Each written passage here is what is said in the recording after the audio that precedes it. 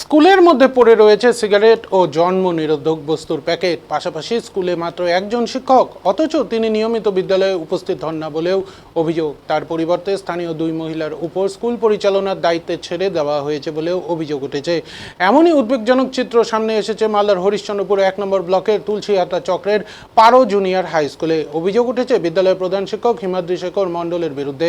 স্থানীয় বাসিন্দাদের অভিযোগ, দীর্ঘদিন ধরে প্রধান শিক্ষক নিয়মিত স্কুলে আসেন না। তিনি অধিকাংশ সময় মালদায় থাকেন এবং মাঝে মধ্যে চাঁচলের ভাড়া বাড়িতে আসেন। অসুস্থতার কারণ দেখিয়ে মাসের পর মাস বিদ্যালয়ে অনুপস্থিত থাকেন বলেও অভিযোগ।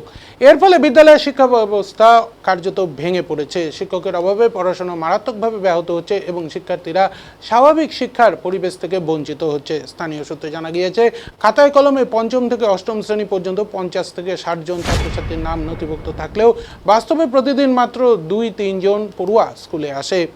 কোনো দিন একজনও উপস্থিত থাকে না। অভিযোগ, মিড ডে মিলও নিয়মিত রান্না হয় না।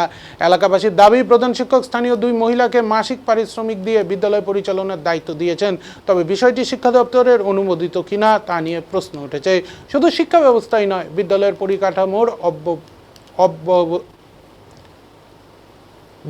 পরিকাঠামোর অবস্থাও অত্যন্ত শোচনীয় বলে অভিযোগ। স্কুল চত্বরে ছড়িয়ে ছিটিয়ে রয়েছে আবর্জনা, রক্ষণাবেক্ষণের অভাবে পরিবেশে অস্বাস্থ্যকর হয়ে উঠেছে।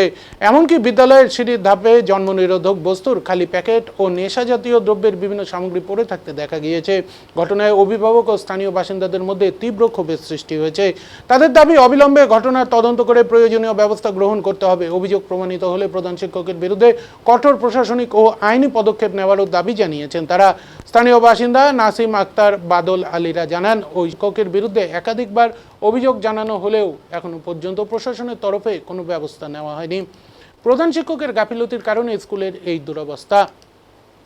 প্রধান শিক্ষক হিমাদ্রি শেখর মণ্ডলের সঙ্গে ফোনে যোগাযোগ করার চেষ্টা করা হলেও তিনি ফোন ধরেননি। জেলা বিজেপির সাধারণ সম্পাদক বিশ্বজিৎ রায় বলেন, তৃণমূলের আমলে শিক্ষা ব্যবস্থা কোথায় নিয়ে গিয়েছে যে কলেজ থেকে স্কুল সমস্ত জায়গায় নোংরা জিনিস উদ্ধার হচ্ছে, শিক্ষা ব্যবস্থার পরিবেশ নষ্ট করে দিয়েছে। নতুন সরকার এসেছে, সঠিক সিদ্ধান্ত নিয়ে শিক্ষা ব্যবস্থাকে এগিয়ে নিয়ে যাবে। তৃণমূল নেতা বিশ্বজিৎ ঘোষ বলেন, এই ধরনের ঘটনা কখনোই কাম্য নয়। প্রশাসন সঠিক তদন্ত করে এদের বিরুদ্ধে ব্যবস্থা নেবে। স্কুলের পড়াশোনার পরিবেশ ফিরিয়ে নিয়ে আসা উচিত। শুধু কথায় কথায় তৃণমূলের উপর দোষ চাপিয়ে দিলে হবে না। নতুন সরকার এসেছে, তারা তদন্ত করে দেখুক কার দোষ রয়েছে, তাদের বিরুদ্ধে ব্যবস্থা নেওয়া হোক। স্কুলের নোংরা পরিবেশ কখনোই মেনে নেওয়া যায় না।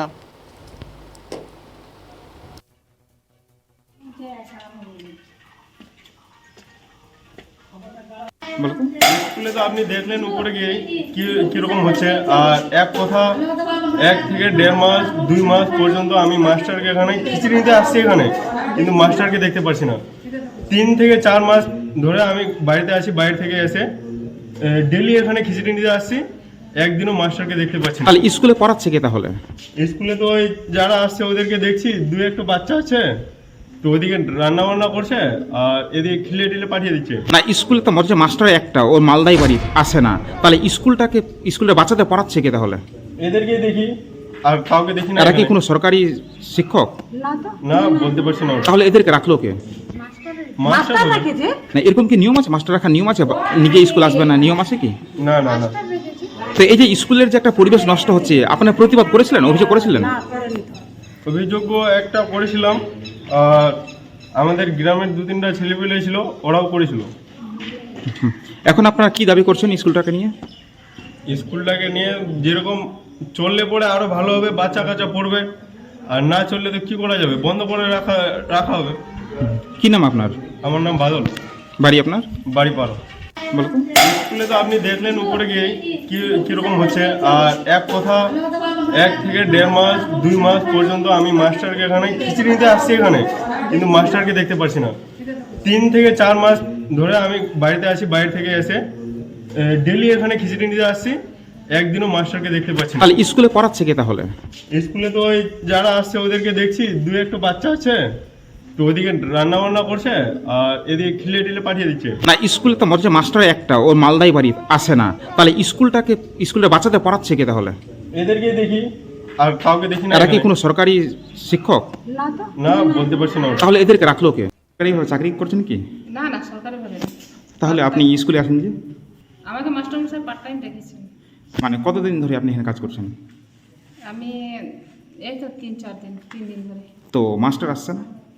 3 দিন ধরে তো মাস্টারকে দেখিনি, তার আগে খবর দিতে পারবো না। কিন্তু গ্রামবাসীরা তো বলছে নাকি 6 মাস ধরে স্কুল আসছে না, 6 মাস ধরে স্কুল আসছে না। তো গ্রামবাসী, আমার বাড়ি তো ও পাড়ায়, তো এই গ্রামে মাস্টার আসছেন কি আসছেন না সেটা এই গ্রামের মানুষ বলতে পারবে। তো মাস্টার কেন আসছে না, কি কারণ জানিয়েছে আপনাকে?